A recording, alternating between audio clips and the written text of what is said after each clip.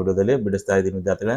Already ಹಿಂದಿನ ವಿಡಿಯೋದಲ್ಲಿ ಏನಪ್ಪಾ ಅಂದ್ರೆ 1 ಅಂಕದ್ದು 2 ಅಂಕದ ಪ್ರಶ್ನೆಗಳನ್ನ ಬಿಡಿಸಿದ್ದೀನಿ ವಿದ್ಯಾರ್ಥಿಗಳು. ಇವಾಗ 3 ಅಂಕದ ಪ್ರಶ್ನೆಗಳನ್ನ ಬಿಡಿಸೋಣ. 3 ಅಂಕದ ಪ್ರಶ್ನೆಗಳು ಏನಪ್ಪಾ ಅಂದ್ರೆ 9 ಇರ್ತಾವು. ಅವು ನಿಮ್ಗೆ ಪ್ರಶ್ನೆ ಸಂಖ್ಯೆ 25ರಿಂದ ಮತ್ತು 25ರಿಂದ 33ನೇ ಪ್ರಶ್ನೆವರೆಗೆ 3 ಅಂಕದ ಪ್ರಶ್ನೆಗಳೇ ಇರ್ತಾವು. ಹಾಗಾಗಿ ವಿದ್ಯಾರ್ಥಿಗಳೇ ಇಲ್ಲಿ ಕೆಲವೊಂದು ಬಹಳಷ್ಟು ಸುಲಭವಾದಂಥ ಪ್ರಶ್ನೆಗಳು ನಿಮ್ಗೆ ಅದಾವು. ಇದರಲ್ಲಿ ಏನಪ್ಪಾ ಅಂದ್ರೆ ಮುಖ್ಯವಾಗಿ ಸುಲಭವಾದ ಪ್ರಶ್ನೆ ಅಂದ್ರೆ 3 ಅಂಕದ ಒಂದು ಪ್ರಮೇಯ ಬರ್ತೈತಿ. ವೃತ್ತ ತ್ರಿಜ್ಯ ಮೇಲಿಂದ ಮತ್ತು ವೃತ್ತಗಳ ಮೇಲೆ ತ್ರಿಜ್ಯ ಮತ್ತು ನಿರ್ದೇಶಾಂಕ ರೇಖಾಗಣಿತ, ಇದು ಕೂಡ 3 ಅಂಕದ ಪ್ರಶ್ನೆ ಈಸಿ ಆಗಿರುತ್ತೆ. ಮತ್ತು ಸಂಖ್ಯಾಶಾಸ್ತ್ರದ 3 ಅಂಕದ ಸುಲಭವಾದಂಥ ಪ್ರಶ್ನೆ ಇರ್ತಾವೆ. ಇಲ್ಲಿ ಬಹಳಷ್ಟು ಸುಲಭವಾದಂಥ ಕೆಲವೊಂದು ಪ್ರಶ್ನೆಗಳು ಇರ್ತಾವೆ. ನಿಮಗೆ ಯಾವ ಸುಲಭ ಅನ್ನಿಸ್ತಾವ ಮೊದಲು ಅವುಗಳನ್ನೆಲ್ಲ ಪ್ರಾಕ್ಟೀಸ್ ಮಾಡ್ರಿ. ಆಮೇಲೆ ಡಿಫಿಕಲ್ಟ್ ಅಂತಕ್ಕಂಥ ಪ್ರಶ್ನೆಗಳನ್ನ ಒಂದೊಂದಾಗಿ ಪ್ರಾಕ್ಟೀಸ್ ಮಾಡ್ತಾವ್ರಿ ವಿದ್ಯಾರ್ಥಿಗಳಿಗೆ. ನಿಮಗೆ ಇಲ್ಲಿ ಒಂದು ಪ್ರಶ್ನೆಯನ್ನ ಬಿಡಿಸಿದ್ರೆ ಆ ಪ್ರಶ್ನೆಗೆ ಆ ಅಧ್ಯಾಯದಿಂದ ಬರ್ತಕ್ಕಂಥ ಪ್ರತಿ ಪ್ರಶ್ನೆಯನ್ನು ಬಿಡಿಸ್ಬೇಕು. ಆ ಥರ ನಾನು ವಿವರವಾಗಿ ಪ್ರತಿ ಪ್ರಶ್ನೆಯನ್ನು ಬಿಡಿಸ್ತಾ ಹೋಗ್ತೀನಿ ವಿದ್ಯಾರ್ಥಿಗಳು. ಇವಾಗ ಮೊದಲನೇ ಪ್ರಶ್ನೆ ನೋಡ್ರಿ. ಇವಾಗ 25ನೇ ಪ್ರಶ್ನೆ. ಇಲ್ಲಿ ಏನಪ್ಪ ಅಂದ್ರೆ ಎ ಅದರ ನಿರ್ದೇಶಾಂಕಗಳನ್ನು ಕೊಡೋಣ. -3,0, ಬಿ 0,2 ಮತ್ತು ಸಿ 0,-3 ಬಿಂದುಗಳ ಮೂಲಕ ಹಾದು ಹೋಗುವ ವೃತ್ತದ ಕೇಂದ್ರ ಬಿಂದುವಿನ ನಿರ್ದೇಶಾಂಕಗಳನ್ನು ಕಂಡುಹಿಡಿಯಿರಿ ಅಂತ ಹೇಳ್ತಾನ ವಿದ್ಯಾರ್ಥಿಗಳೇ. ಇವಾಗ ಈ ಪ್ರಶ್ನೆ ನಮಗ್ ಕಂಡುಹಿಡಿ ಅಂತ ಹೇಳಿದೇನಪ್ಪ, ವೃತ್ತದ ಕೇಂದ್ರ. ಇವಾಗ ನೋಡ್ರಿ ಒಂದು ವೃತ್ತ ತೆಗೆದಿನಿ ನಾನು. ಇಲ್ಲಿ ಈ ವೃತ್ತ ಏನಪ್ಪ ಅಂದ್ರೆ ಎ ಬಿ ಸಿ ಈ 3 ಬಿಂದುಗಳ ಮೂಲಕ ಹಾದು ಹೊಂಟೈತಿ. ನಮ್ಗೆ ಈ ವೃತ್ತದ ಕೇಂದ್ರದ ನಿರ್ದೇಶಾಂಕಗಳನ್ನು ಕಂಡುಹಿಡಿಬೇಕು. ನಮ್ಗೆ ಗೊತ್ತಿದೆ ಏನಪ್ಪಾ ಅಂದ್ರೆ ಒಂದು ವೃತ್ತದಲ್ಲಿ ನೀವು ಎಷ್ಟು ಬೇಕಾದಷ್ಟು ತ್ರಿಜ್ಯಗಳನ್ನ ಹೇಳಿರಿ ಅವೆಲ್ಲ 3 ಸಮ ಇರ್ತಾವೆ. ಹಾಗಾಗಿ O A, O B, O C ಇವು 3 ಹೆಂಗ್ ಬಿಡ್ತಾವಪ್ಪ ಅಂದ್ರೆ 3 ಸಮನಾಗಿರ್ತಾವು. O A = O B = O C 3 ಏನಿರ್ತಾವಪ್ಪ ಅಂದ್ರೆ ಸಮ ಇರ್ತಾವೆ. ಇವಾಗ ಈ ಸಂಬಂಧವನ್ನು ಉಪಯೋಗಿಸ್ಕೊಂಡು ನಾವೇನ್ ಮಾಡಬೇಕು ಅಂದ್ರೆ ಈ ಎಕ್ಸ್ ಮತ್ತು ವಾಯ್ನ ಬೆಲೆಯನ್ನ ಕಂಡುಹಿಡ್ಕೋಬೇಕು ವಿದ್ಯಾರ್ಥಿಗಳೇ. ಮೊದಲಿಗೆ ನಮಗೆ ಓ ಎ ಬೆಲೆ ಕೊಟ್ಟಿಲ್ಲ ಅಂದ್ರೆ ಈ ಓ ಎ ಲೆಂತ್ ಎಷ್ಟೈತಿ ಕೊಟ್ಟಿಲ್ಲ, ಉದ್ದ ಎಷ್ಟೈತಿ. ನಾವು ಈ ಸೂತ್ರವನ್ನು ಬಳಸ್ಕೋಬೇಕಲ್ಲಿ ಉದ್ದವನ್ನು ಕಂಡುಹಿಡಿಯಾಕ. ಹಾಗಾಗಿ ದೂರದ ಸೂತ್ರ ಏನಪ್ಪಾ ಅಂದ್ರೆ D = x2 - x1 (² + y2 - y1 (²). ಇವಾಗ ನಾನು ಈಗ ಓ ಎ ಮತ್ತು ಓ ಎ = ಓ ಬಿ ಬಳಸ್ತೀನಿ ನೋಡ್ರಿ. ಇವಾಗ ಕಂಡುಹಿಡಿದ್ನು O A = O B. O A ಕಂಡುಹಿಡಿಯುವಾಗ ನೋಡ್ರಿಪ್ಪ ಇದನ್ನೇ x2 ಒಂದು, ಇದನ್ನ x2 ತಗೊಳ್ಳೋಣ, ಇದನ್ನ x1 ಅಂತ ತಗೋಣ, ಇದನ್ನ y2 ಅಂತ ತಗೋಣ, ಇದನ್ನ y1 ಅಂತ ತಗೊಂಡು ಬೆಲೆ ಕಂಡುಹಿಡಿಯೋಣ. ಇಲ್ಲಿ ನೀವು ಬ್ರಾಕೆಟ್ ಸ್ಕ್ವೇರ್ ರೂಟ್ ಹಾಕೋ ಅವಶ್ಯಕತೆ ಇಲ್ಲ ಎರಡು ಕಡೆ. ಈಗ ಓ ಎ ಅಂದಾಗ ಏನಪ್ಪ ಅಂದ್ರೆ x2 - x1, x2 ಅಂದ್ರೆ x -x1 -3 ಆಲ್ರೆಡಿ -3 ಅದ ಬ್ರಾಕೆಟ್ ಸ್ಕ್ವೇರ್ ಪ್ಲಸ್ y2 ಅಂದ್ರೆ ಇದು x2 ಯಾವ ಬ್ರಾಕೆಟ್ ಇಂದ ತಗೊಂಡಿದ್ರಿ y2 ಕೂಡ ಅದೇ ಬ್ರಾಕೆಟ್ ಇಂದ ತಗೋರಿ. y -0 ಅದ 0 ಬ್ರಾಕೆಟ್ ಸ್ಕ್ವೇರ್. ಈಗ ನಮಗೆ ಸಿಕ್ಕಿದೇನಪ್ಪ ಅಂದ್ರೆ ಓ ಎ. ಈ ಸೂತ್ರ ಬಳಸಿ ನಾನು ಈ ನೆಕ್ಸ್ಟ್ ಓ ಎ ಆಯ್ತು, ಓ ಬಿ ಎರಡು. ಈಗ ಮತ್ತೆ ಇದನ್ನ x2 y2 ಅಂತ ತಗೋರಿ, ಇದಕ್ಕೆ x1 y1 ಅಂತ ತಗೋರಿ. ಯಾವಾಗಲೂ ಒಂದೇದೇನಾಗಿರ್ತೈತಪ್ಪ ಅಂದ್ರೆ x ಆಗಿರ್ತೈತಿ. ಇಲ್ಲಿ x2 ಅಂದ್ರೆ x ಮೈನಸ್ y2 ಅಂದ್ರೆ x1 ಅಂದ್ರೆ 0 ಅದ ಪ್ಲಸ್ y2 ಅಂದ್ರೆ y ಮೈನಸ್ y1 ಅಂದ್ರೆ ಎಷ್ಟಪ್ಪ ಅಂದ್ರೆ 2 ಐತಿ. ಓಕೆ, ಈಗ ಇಲ್ಲಿ ನೋಡ್ರಪ್ಪ ಮೈನಸ್ ಆಫ್ ಮೈನಸ್ ಅಂದ್ರೆ ಪ್ಲಸ್ ಆಗ್ತೈತಿ. ಅಂದ್ರೆ ಇದೇನಾಗ್ತಪ್ಪ ಅಂದ್ರೆ x + 3 ಬ್ರಾಕೆಟ್ ಸ್ಕ್ವೇರ್ ಆಯ್ತು. ಏನಾಗ್ಬಿಡ್ತಿದ್ದು x + 3 ಬ್ರಾಕೆಟ್ ಸ್ಕ್ವೇರ್ ಅಂತ ಆಗ್ಬಿಡ್ತೈತಿ. ಇದ್ರ ವಿಸ್ತಾರ ರೂಪ ಇದನ್ನು ವಿಸ್ತರಿಸಬೇಕು ಮತ್ತು ಅದೇ ತರ ಇದನ್ನು ಕೂಡ ವಿಸ್ತರಿಸಬೇಕು. ಈಗ x + 3 ವಿಸ್ತಾರ ರೂಪ ಏನು ಬರ್ತೈತಪ್ಪ ಅಂದ್ರೆ ಇದೊಂದು ಸೂತ್ರ ನಿಮ್ಗೆ a + b ಬ್ರಾಕೆಟ್ ಸ್ಕ್ವೇರ್. ಈ ಸೂತ್ರ ಗೊತ್ತಿದ್ರೆ ನಿಮಗೆ ಇದನ್ನು ವಿಸ್ತಾರ ಮಾಡಕ್ ಬರ್ತಿಲ್ಲ, ಯಾಕಂದ್ರೆ ಬರಂಗಿಲ್ಲ. ಇದ್ರ ವಿಸ್ತಾರ ರೂಪ ಏನಪ್ಪ ಅಂದ್ರೆ a² + 2ab + b². ಈ ರೂಪನಾಗ ನೀವೇನ್ ಬರೀಬೇಕಪ್ಪ ಇದನ್ನ ಬರ್ಕೋಬೇಕು. ಈ ನೋಡ್ರಿ ಈ ಮೈನಸ್ ಮೈನಸ್ ಏನಾಗೈತಿ ಇವಾಗ ಪ್ಲಸ್ ಅದ. ಅಂದ್ರೆ ಈ ಬ್ರಾಕೆಟ್ನಾಗ ಏನಾಯ್ತು x + 3 ಬ್ರಾಕೆಟ್ ಸ್ಕ್ವೇರ್ ಐತಿ. ಅಂದ್ರೆ ಈಗ x² + 2ab ಪ್ಲಸ್ ಇವೆರಡು ಗುಣಾಕಾರ ಮಾಡಿ ಅದ್ರ 2 ಪಟ್ಟು x × 3 3x ಡಬಲ್ ಅಂದ್ರೆ 6x ಪ್ಲಸ್ b² ಅಂದಾಗ 9 a² 2ab 2 ಗುಣಾಕಾರ ಮಾಡಿ ಅದರ ಡಬಲ್ ಇಡಬೇಕಾಗ್ತದೆ 2ab a × b 3x double 3 ವರ್ಗ 9 ಪ್ಲಸ್ ಇಲ್ಲಿ y ಪ್ಲಸ್ 0 ಒಂದು 0 ಐತಪ್ಪ ಅಂದ್ರೆ ಹಾಗಾಗಿ ಇದು ಒಂದೇ ಪದ ಬಂದ್ಬಿಡ್ತೈತಿ. ಯಾಕೆ ಇಲ್ಲಿ ಒಂದೇ ಬರ್ತ ನೋಡ್ರಿ, ಇಲ್ಲಿ ಎ ಸ್ಕ್ವೇರ್ ಅಂತ ಎ ಸ್ಥಾನದಲ್ಲಿ y ಅದ, ಬಿ ಸ್ಥಾನದಲ್ಲಿ 0 ಅದ. ಇದನ್ನು ವಿಸ್ತಾರ ಮಾಡಿದ್ರೆ ಏನ್ ಬರ್ತೈತಪ್ಪ ಅಂದ್ರೆ A minus B bracket square formula ಉಪಯೋಗಿಸಿದ್ರೆ y ಸ್ಕ್ವೇರ್ ಅಷ್ಟೇ ಬಂದ್ಬಿಡ್ತೈತಿ. ಯಾಕಂದ್ರೆ 0 ಸ್ಕ್ವೇರ್ 0ನ ಬಂದ್ಬಿಡ್ತಿ. ಇಲ್ಲಿ ಬಿ ಅಂದ್ರೆ 0 ಅಂದಾಗ 0 ಇಂಟು 2 ಗುಣಾಕಾರ ಮಾಡಿದಾಗ ಮತ್ತೆ ಇದೇನಾಗ್ಬಿಡ್ತಪ್ಪ ಅಂದ್ರೆ 0 ಬಂದ್ಬಿಡ್ತೈತಿ. ಇವೆರಡು ಪದಗಳು ಏನಾಗ್ಬಿಡ್ತಾವ 0 ಬರ್ತಾವ, ಇದಷ್ಟೇ ಬಂದ್ಬಿಡ್ತೈತಿ. ಅದನ್ನ ಅಷ್ಟೇ ಬರ್ದ ನಾನು ಇವಾಗ. ಇನ್ನ ಇಲ್ಲಿ ನೋಡ್ರಿ ಎಕ್ಸ್ ಮೈನಸ್ 0 ಸ್ಕ್ವೇರ್ ಅಂದಾಗ ಇದೇನಾಗ್ಬಿಡ್ತಪ್ಪ ಅಂದ್ರೆ ಇದು ಎಕ್ಸ್ ಸ್ಕ್ವೇರ್ ಅಷ್ಟೇ ಬಂದ್ಬಿಡ್ತು. ಇಲ್ಲಿ y ಮೈನಸ್ 2 ಅಂದಾಗ ಇಲ್ಲಿ minus A minus B bracket square ಅಂದಾಗ ಇದೇ ತರನ ಬರಬೇಕು, ಆದ್ರೆ ಪ್ಲಸ್ 2ab ಇದ್ದಲ್ಲಿ ಮೈನಸ್ 2ab ಬರಿಬೇಕು. ಇದು y ಸ್ಕ್ವೇರ್ ಮೈನಸ್ ಇವೆರಡು 2ab 2 ಗುಂಡ್ಲೆ y 2y 2 2 4 4y B square ಅಂದ್ರೆ 2 ಸ್ಕ್ವೇರ್ 4. ಓಕೆ, ಎರಡು ಬದಿಯಲ್ಲಿ ಸಮ ಅಂಶಗಳನ್ನ ಇದ್ರ ತೆಗೆದುಬಿಟ್ರಿ, ಪ್ಲಸ್ ಎಕ್ಸ್ ಸ್ಕ್ವೇರ್ ಹೋಗ್ಬಿಡ್ತು. ಯಾಕಂದ್ರೆ ಈ ಕಡೆ ಬಂದಾಗ ಅದು ಎಡಗಡೆ ಬಂದಾಗ ಮೈನಸ್ ಆಗ್ತಿತ್ತು, ನಾನು ಈಗ ತೆಗೆದ್ಬಿಟ್ರು. Plus 1 y square plus 1 y square ಎರಡು ಬದಿಯಲ್ಲಿ ಇರತಕ್ಕಂಥ ಸಮ ಅಂಶಗಳನ್ನ ನಾನು ಇವಾಗ ತೆಗೆದಿನು. ಇಲ್ಲಿ 6x ಉಳಿತು. ಈ ಮೈನಸ್ 4y ಕಡೆ ತಂದ್ಬಿಡ್ರಿ, ಅದು ಪ್ಲಸ್ 4y ಆಗಿಬಿಡ್ತು. ಈ ಪ್ಲಸ್ 9 ನೀವು ಬಲಗಡೆ ತಂದಾಗ ಮೈನಸ್ 9 ಆತಿ. ಆಲ್ರೆಡಿ ಇಲ್ಲಿ ಒಂದು ಸಂಖ್ಯೆ ಅದ ನೋಡ್ರಪ್ಪ, 4 ಐತಿ, 4 ಇಡ್ರಿ. ಈ ಪ್ಲಸ್ 9 ನೀವು ಬಲಕ್ಕೆ ತಂದಾಗ ಮೈನಸ್ 9 ಆಗಿಬಿಡ್ತು. ಉಳಿತೇನಪ್ಪ ಅಂದ್ರೆ ಇವಾಗ ದೇರ್ಫೋರ್ ಇಲ್ಲಿ 6x plus 4y is equal to minus 5 ಉಳಿತು. ಇದನ್ನು ಸಮೀಕರಣ 1 ಅಂತ ಕರೀರಿ. ಇನ್ನು ವಿದ್ಯಾರ್ಥಿಗಳೇ, ಇನ್ನು O A is equal to OB ತೊಗೊಂಡಿದೆ. ಇನ್ನೇನು ಮಾಡೋಣ, ಮತ್ತೆ ಇನ್ನೂ ಪೂರ್ಣ ಆಗಲಿಲ್ಲ. ಇವೆರಡು ಸಮ ಅದಲ್ಲ, ಇದ್ರ ವಿಸ್ತೀರ್ಣ ಕಂಡು ಹಿಡ್ಕೊಳ್ಳೋಣ. ನಾವು ದೂರ ಕಂಡು ಹಿಡ್ಕೊಳ್ಳೋಣ. OB is equal to OC. ಇದನ್ನು ಕೂಡ ಇದೇ ರೀತಿ ಮಾಡಬೇಕು ನೋಡ್ರಿ. OB ಆಲ್ರೆಡಿ ಇಲ್ಲಿ ಅದ ನೋಡ್ರಪ್ಪ, ಕಂಡು ಹಿಡಿದೀವಿ ಬಲಬದಿಯಲ್ಲಿ X square plus y square ಇದೇ ಬಂದ್ಬಿಡುತ್ತೆ. ಮತ್ತು OB ಅಂದಾಗ OC ಅಂದಾಗ ಇವೆರಡು ತಗೋಬೇಕು. OB ಅಂದಾಗ ಏನಪ್ಪ ಅಂದ್ರೆ ಇಲ್ಲಿ ಬರ್ತಿದ್ದೈತೆ ನೋಡ್ರಿ, ಇದನ್ನೇ ಬರ್ಕೊಂಡ್ಬಿಡ್ತು ನಾನು. X minus 0 bracket square plus y minus 2 bracket square. ಬೇಕಂದ್ರೆ ಅದ್ರ ವಿಸ್ತಾರ ರೂಪನೇ ನೀವು ಬರಿಬೋದು ಇದನ್ನೇ ಡೈರೆಕ್ಟಾಗಿ. ಇದು OB ಬತ್ತು.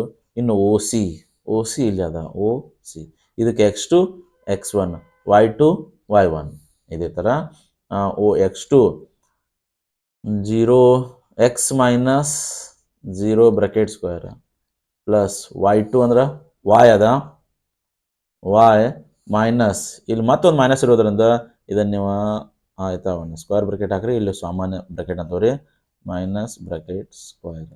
ಹಾಗಾಗಿ ಇದೇನಪ್ಪ, ಇದ್ರ ವಿಸ್ತಾರ ರೂಪ ಏನಾಗ್ಬಿಡ್ತೈತಿ ಆಲ್ರೆಡಿ ನಿಮ್ಗೆ ಗೊತ್ತದ. ಇದು 0 ಐತೆ ಅಂದ್ರಪ್ಪ ಡೈರೆಕ್ಟ್ ಹೋಗ್ಬಿಡ್ತೀವಿ, ಒಂದೇ ಉಳಿದ್ಬಿಡ್ತೈತಿ. ಬರ್ರಿ ಎಕ್ಸ್ ಸ್ಕ್ವೇರ್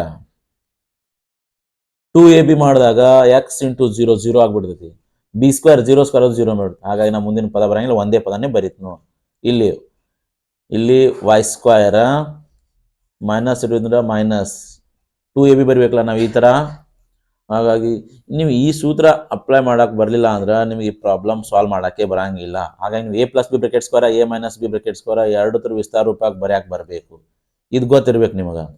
ಇದು ಮೈನಸ್ ಇದ್ದಾಗ ಏನಾಗ್ತೈತೆ ಅಂದ್ರೆ a ಸ್ಕ್ವೇರ್ ಮೈನಸ್ 2ab ಬರ್ತೈತಿ, ಪ್ಲಸ್ ಇದ್ದಾಗ ಪ್ಲಸ್ 2ab ಬರ್ತೈತಿ, ಅಷ್ಟೇ ವ್ಯತ್ಯಾಸ. ಹಾಗಾಗಿ ಇದು ಪ್ಲಸ್ a ಸ್ಕ್ವೇರ್ ಅಂದಾಗ y ಸ್ಕ್ವೇರ್, ಇದು ಮೈನಸ್ 4y ಇವೆರಡು ಗುಣಿಸ್ಬೇಕು, ಈ ಎರಡು ಪದಗಳನ್ನು ಅದರ ಡಬಲ್ ಬರಬೇಕು. y into 2y 2 2 4y plus minus 2 ಅಂದ್ರೆ ಏನಾಗ್ಬಿಡುತ್ತಪ್ಪ ಅಂದ್ರೆ ಮೈನಸ್ 2 ಸ್ಕ್ವೇರ್, ಅದು ಪ್ಲಸ್ 4 ಆಗಿಬಿಡ್ತು. ಇಲ್ಲಿ ನೋಡ್ರಿ ಒಂದು 0 ಐತೆ ಅಂದ್ರೆ ಇದು ಒಂದೇ ಬಂದ್ಬಿಡುತ್ತೆ, ಪ್ಲಸ್ ಎಕ್ಸ್ ಸ್ಕ್ವೇರ್ ಪ್ಲಸ್ ಇಲ್ಲಿ ನೋಡ್ರಿ ಮೈನಸ್ ಆಫ್ ಮೈನಸ್ ಏನಾಗ್ಬಿಡುತ್ತಪ್ಪ ಅಂದ್ರೆ ಅದು ಪ್ಲಸ್ ಆಗಿಬಿಡ್ತು. ಅಂದ್ರೆ ಇಲ್ಲಿ ಬ್ರಾಕೆಟ್ನಾಗ ಏನಾಗ್ಬಿಡ್ತು y ಪ್ಲಸ್ 3 ನೆನಪಿಟ್ಕೋರಿ. ಇದನ್ನು ವಿಸ್ತಾರ ಮಾಡ್ಬೇಕು ನಾವು, y ಪ್ಲಸ್ 3 ಬ್ರಾಕೆಟ್ ಸ್ಕ್ವೇರ್ ಇದನ್ನು ವಿಸ್ತಾರ ಮಾಡಿ ಬರಿಬೇಕು. ಅಂದಾಗ ಏನಾಗ್ಬಿಡ್ತೈತ y ಸ್ಕ್ವೇರ್ ಪ್ಲಸ್ ಇತ್ತಂದ್ರೆ ಹೇಳಿ ನಾನು ಪ್ಲಸ್ ಅವು ಎರಡರ ಗುಣಲಬ್ಧದ ಎರಡರಷ್ಟು y into 3 3y 3 2 6 6y plus 3 ವರ್ಗ 9. ಇನ್ನು ಎರಡು ಬದಿ ಇರತಕ್ಕಂಥ ಸಮ ಅಂಶಗಳನ್ನು ತೆಗೆದುಬಿಟ್ರಿ, plus X square plus X square. ಆಮೇಲೆ ಇಲ್ಲಿ 2 y ಸ್ಕ್ವೇರ್ ಬರ್ತೀನಿ, ಒಂದು ತೆಗಿಬೇಕು ಇಲ್ಲಿ ಆಮೇಲೆ +y² ಹೋಗ್ಬಿಡ್ತು. ಉಳಿತೆ ನೋಡ್ರಪ್ಪ, ಇಲ್ಲಿ 2 ಅಂಶಗಳು ಉಳಿದಾವು.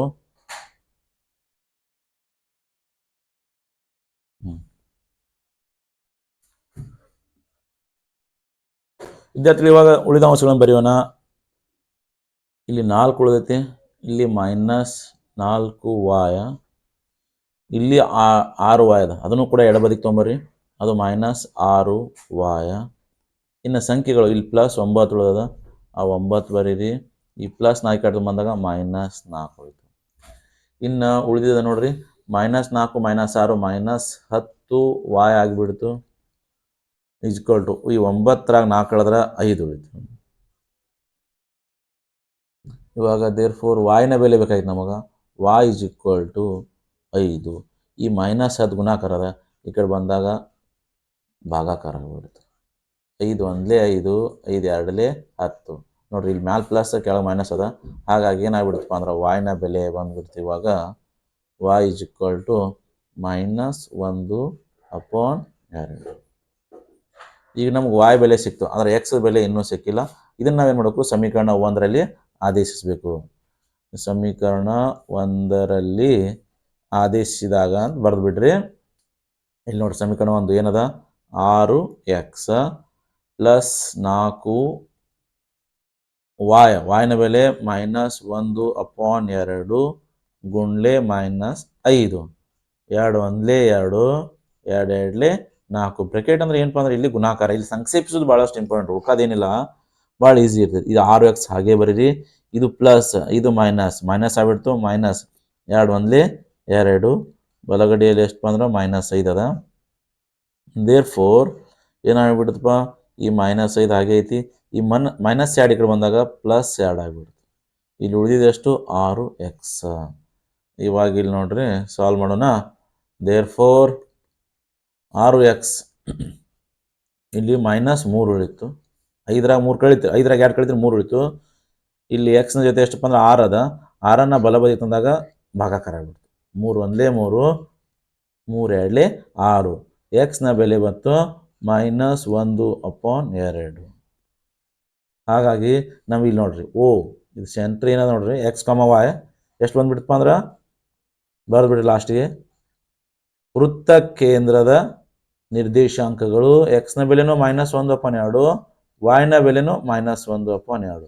ಇಷ್ಟು ಮಾಡಿದ್ರಪ್ಪ ಅಂದ್ರೆ ನಿಮ್ಗೆ -3 ಅಂಕಗಳು ಸಿಗ್ತಾವೆ. ವಿದ್ಯಾರ್ಥಿಗಳು ಇವಾಗ 26ನೇ ಪ್ರಶ್ನೆ. ಇದಂತರೂ ಸುಲಭ ಅದ ನೋಡ್ರಿ. ಬಾಹ್ಯ ಬಿಂದುವಿನಿಂದ ವೃತ್ತಕ್ಕೆ ಎಳೆದ ಸ್ಪರ್ಶಕಗಳು ಉದ್ದವು ಸಮವಾಗಿರುತ್ತದೆ ಎಂದು ಸಾಧಿಸಿ ಅಂತ ಹೇಳ್ತಾನ. ಇದಂತೂ ನಿಮ್ದು ಏನಪ್ಪಾ ಅಂದ್ರೆ ಪ್ರಮೇಯ ಅದ. ಹಾಗಾದ್ರೆ ಫಸ್ಟ್ ನಾವೇನ್ ಮಾಡ್ತೀವಪ್ಪ ಅಂದ್ರೆ ಇದಕ್ಕೆ ಸಂಬಂಧಪಟ್ಟಂತ ಚಿತ್ರ ಹಾಕ್ತೀವಿ. ಚಿತ್ರ ಏನಪ್ಪಾ ಅಂದ್ರೆ ವೃತ್ತಕ್ಕೆ ಅರ್ಧ ಮಾರ್ಕ್ಸ್ ಇರ್ತೈತಿ. ಇವಾಗ ಚಿತ್ರ ಹಾಕಿದಕ್ಕೆ ನೀವು ಆ ವೃತ್ತ ಮತ್ತು ವೃತ್ತ ಅಂದಾಗ ಒಂದು ಕೇಂದ್ರ. ಫಸ್ಟ್ ವೃತ್ತಕ್ಕೆ ಸ್ಪರ್ಶಕಗಳು ಬಾಹ್ಯ ಬಿಂದು ಅಂದಾಗ ಒಂದು ಬಾಹ್ಯ ಬಿಂದು ಹಾಕೋರಿ. ಬಾಹ್ಯ ಬಿಂದು P ಎತ್ ಕೊಡೋಣ. ಸ್ಪರ್ಶಕಗಳು ಇಲ್ಲಿ ಸ್ಪರ್ಶಕಗಳನ್ನು ತಗೊಂಡ್ಬಿಟ್ರಿ. ಇದು ಒಂದು, ಇದು A,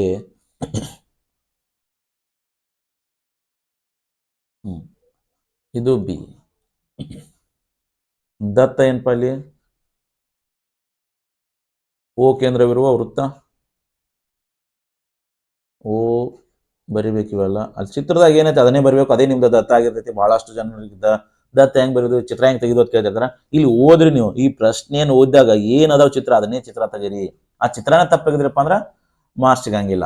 ಹಾಗೆ ಚಿತ್ರಕ್ಕೆ ಸಂಬಂಧಪಟ್ಟಂಗೆ ಏನದ ನೋಡಪ್ಪ, O ವೃತ್ತ ಕೇಂದ್ರದ PA PB ಆಡೋ ಸ್ಪರ್ಶಗಳು. O ಕೇಂದ್ರವಿರುವ ವೃತ್ತಕ್ಕೆ ವಿದ್ಯಾರ್ಥಿಗಳು O ಕೇಂದ್ರವಿರುವ ವೃತ್ತಕ್ಕೆ PA ಮತ್ತು PBಗಳೇನದಪ್ಪ ಸ್ಪರ್ಶಕಗಳದಾವು.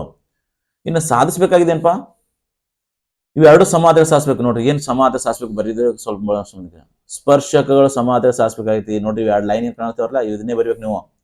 ಇದಕ್ಕೆ ಅರ್ಧ ಮಾರ್ಕ್ಸ್ ಇರ್ತೈತಿ. ವಿದ್ಯಾರ್ಥಿಗಳೇ ಎಕ್ಸಾಮ್ನಲ್ಲಿ 99% ಇದೇ ಪ್ರಮೇಯ ನಿಮ್ಗೆ ಕೇಳ್ತಾನ 3 ಅಂಕದಾಗ. PA ಮತ್ತು PB ಸ್ಪರ್ಶಕಗಳು. ಇನ್ನು ನೆಕ್ಸ್ಟ್ ಸಾಧನೆ ಆಯ್ತು. ಇನ್ನು ಒಂದು ರಚನೆ ಬೇಕಾಗ್ತೈತಿ. ರಚನೆ ಏನಪ್ಪಾ ಅಂದ್ರ ಇಲ್ಲಿ ಒಟ್ಟು 4 ಬಿಂದುಗಳನ್ನ ನಾವು ಹೆಸರಿಸ್ತೀವಿ. ಆ 4 ಬಿಂದುಗಳನ್ನು ನೋಡ್ರಪ್ಪ ಇಲ್ಲಿ ಮೂರು ಈ ಓಗ 3 ಬಿಂದುಗಳನ್ನು ತಾನು ಸೇರಿಸ್ಬೇಕು. ಈಗ ಒಂದು ಓ ಎ ಸೇರಿಸ್ಬೇಕು, ಒ ಪಿ ಸೇರಿಸ್ಬೇಕು, ಒ ಬಿ ಕೂಡ ಸೇರಿಸ್ಬೇಕು. ಈ ಥರ ಇದನ್ನೇ ಬರಿಬೇಕು. ಓ ಎ, ಒ ಬಿ ಮತ್ತು ಒ ಪಿಗಳನ್ನು ಸೇರಿಸಿ. ಇಷ್ಟು ಬರೆದ್ರಪ್ಪ ಅಂದ್ರೆ ನಿಮಗೆ ಮತ್ತು ಅರ್ಧ ಅಂಕ ಸಿಕ್ಬಿಡ್ತು. ಇಷ್ಟು ಮಾಡಿದ್ರಪ್ಪ ಅಂದ್ರೆ ನಿಮಗೆ ಏನಪ್ಪ ಅಂದ್ರೆ ಅಲ್ಲಿ 2 ತ್ರಿಭುಜಗಳು ಕಾಣಕತ್ತಾವ. ಆ 2 ತ್ರಿಭುಜಗಳನ್ನ ನೀವು ಸರ್ವಸಮ ಅಂತೇಳಿ ಪ್ರೂವ್ ಮಾಡಬೇಕು.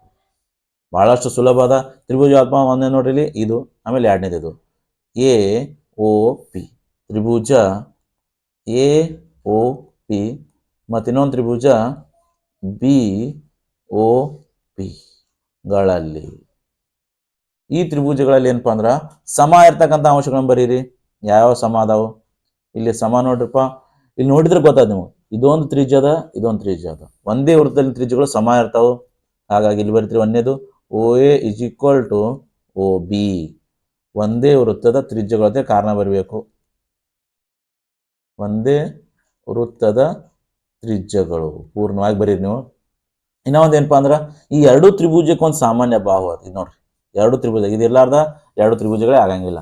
ಹಾಗಾಗಿ ನೀವೇನು ಬರಿಬೋದಪ್ಪ ಅಂದ್ರೆ O P is equal to O P ಬರಿಬೋದು, ಇಲ್ಲ ಒ ಪಿ ಸಾಮಾನ್ಯ ಬಾಹು ಅಂತ ಕೂಡ ನೀವು ಬರಿಬಹುದು. ಒ ಪಿ ಸಾಮಾನ್ಯ ಬಾಹು. ಇನ್ನು ಮೂರನೇಪ್ಪ ನಮ್ಗೆ ಇದ್ರ ಹಿಂದಿನ ಪ್ರಮೇಯ ಬರ್ತೈತಿ ಈ ಅಭ್ಯಾಸದಾಗ, ಅದಕ್ಕೆ ಪ್ರಮೇಯ 10.1 ಅಂತ ನಾವು ಕರಿತೀವಿ. ಈ ತ್ರಿಭುಜ ಎ ಒ ಪಿ ಒಳಗ ಕೋನ ಎ 90 ಡಿಗ್ರಿ, ಈ ಬಿ ಒ ಪಿದಾಗ ಕೋನ ಬಿ 90 ಡಿಗ್ರಿ. ಯಾಕಪ್ಪ ಅಂದ್ರೆ ತ್ರಿಜ್ಯ ಮತ್ತು ವೃತ್ತ ಸ್ಪರ್ಶಕಗಳು ಸ್ಪರ್ಶ ಬಿಂದುವಿನಲ್ಲಿ ಲಂಬವಾಗಿರ್ತಾವ ಅನ್ನೋದೇ ಕಾರಣ. ನಿಮ್ಗ ನೋಡ್ರಿ ಈ ಭಾಗದ ಕೋನ ಎ, ಈಚೆ ಕಡೆ ಕೋನ ಬಿ, ಇಷ್ಟು ನೆನಪಿಟ್ಕೊಂಡ್ಬಿಡ್ರಿ. ಇವೆರಡು 90 ಡಿಗ್ರಿ ಇರ್ತಾವೆ. ಹಾಗಾದ್ರೆ ನಾವು ಇದಕ್ಕೆ ಏನು ಕರಿತೀವಿ ಕಾರಣ? ಪ್ರಮೇಯ 10.1 ಅಂತ ಕಾರಣ ಬರ್ತೀವಿ ನೋಡ್ರಿ. ಹಾಗಾಗಿ ಇಲ್ಲಿ 3 ಅಂಶಗಳು, ಇದ್ರಾಗಿನ 3 ಅಂಶ ಈ ತ್ರಿಭುಜದ 3 ಅಂಶ, ಈ ತ್ರಿಭುಜದ 3 ಅಂಶಕ್ಕೆ ಸಮ ಆಗ್ಬಿಟ್ಟು, ಹಾಗಾಗಿ 2 ತ್ರಿಭುಜಗಳನ್ನು ಮತ್ತೆ ನಾವು ಕೆಳ ಬರ್ಕೋತೀವಿ, ಸರ್ವ ಸಮ ಆಗ್ಬಿಟ್ಟು. ನೋಡ್ರಿ ಬರ್ಯಾಕೆ ಬರಲಿಲ್ಲ ಅಂದ್ರೆ ಇಲ್ಲೇ ಬರ್ದಿತ್ತು ಮ್ಯಾಲ ಅವುಗಳನ್ನೇ ಬರ್ಕೊಂಡ್ಬಿಟ್ರಿ. ತ್ರಿಭುಜ ಎ ಒ ಪಿ ಸರ್ವಸಮ ತ್ರಿಭುಜ ಬಿ ಒ ಪಿ. ಇದಕ್ಕೆ ಕಾರಣ ಏನಪ್ಪಾ ಅಂದ್ರ ಲಂಬ ಕೋನ, 2 ತ್ರಿಭುಜದಾಗ ಒಂದು ಲಂಬ ಕೋನ ಅದ ಮತ್ತು ವಿಕರ್ಣ 2 ತರ ಸಮ ಐತಿ. ಅದು ಯಾಕೋ ಒ ಪಿ ನೋಡ್ರಿ, ಒ ಪಿ ಸಾಮಾನ್ಯ ಬಾಹು ಮತ್ತು ಒಂದು ಬಾಹು ಓ ಎ ಒ ಬಿ ಸಮ ಬಾಹು ಸಿದ್ಧಾಂತ ಇವು ಸರ್ವ ಸಮ. ದೇರ್ಪುರ 2 ತ್ರಿಭುಜಗಳು ಸರ್ವ ಸಮ ಅದು ಅಂದ್ರ ಆ ತ್ರಿಭುಜದ ಉಳಿದ ಅಂಶಗಳೆಲ್ಲ ಸಮ ಇರ್ತಾವೆ. ಆ ಉಳಿದ ಅಂಶಗಳೇ ನಮ್ಮ ಏನಪ್ಪಾ ಅಂದ್ರ ಹಾಗೆ ಬರ್ದು ಬಿಡ್ರಿ, P A is equal to P P. ಇದಕ್ಕೆ ಕಾರಣ ಏನು ಬರ್ತೀವಿ ನಾವು? ಸಿ ಪಿ ಸಿ ಟಿ ಅಂತ ಬರಿತೀವಿ. ಸರ್ವ ಸಮ ತ್ರಿಭುಜಗಳ ಅನುರೂಪ ಅಂಶಗಳು ಸಮ ಅಂತ ಹಂಗ ಅರ್ಥ. ಇದಿಷ್ಟು ಮಾಡಿದ್ರಪ್ಪ ಅಂದ್ರ ವಿದ್ಯಾರ್ಥಿಗಳೇ ಸುಲಭವಾಗಿ ನಿಮಗೆ ಏನಪ್ಪಾ ಅಂದ್ರ 3 ಅಂಕಗಳು ಸಿಗ್ತಾವ. ಈ ಪ್ರಶ್ನೆ ಅಂದ್ರು ಫಿಕ್ಸ್ ನಿಮಗ, ನೀವು ಅದ್ರಂಗಿಲ್ಲ ವಿದ್ಯಾರ್ಥಿಗಳೇ. ಇನ್ನು ಮುಂದಿನ ವಿಡಿಯೋದಲ್ಲಿ ನಾನು ಏನ್ ಮಾಡ್ತೋ, ಈ ಭಾಗದ 3 ಅಂಕದ ಪ್ರಶ್ನೆಗಳನ್ನು ನಾನು ಮುಂದಿನ ವಿಡಿಯೋದಲ್ಲಿ ಬಿಡಿಸ್ತೀನಿ. ವಿದ್ಯಾರ್ಥಿಗಳು ವಿಡಿಯೋ ಇಷ್ಟ ಆದರೆ ಲೈಕ್ ಮಾಡಿ, ಸಬ್ಸ್ಕ್ರೈಬ್ ಆಗಿ ಮತ್ತು ನಿಮ್ಮ ಗೆಳೆಯರಿಗೆ ಶೇರ್ ಮಾಡಿ.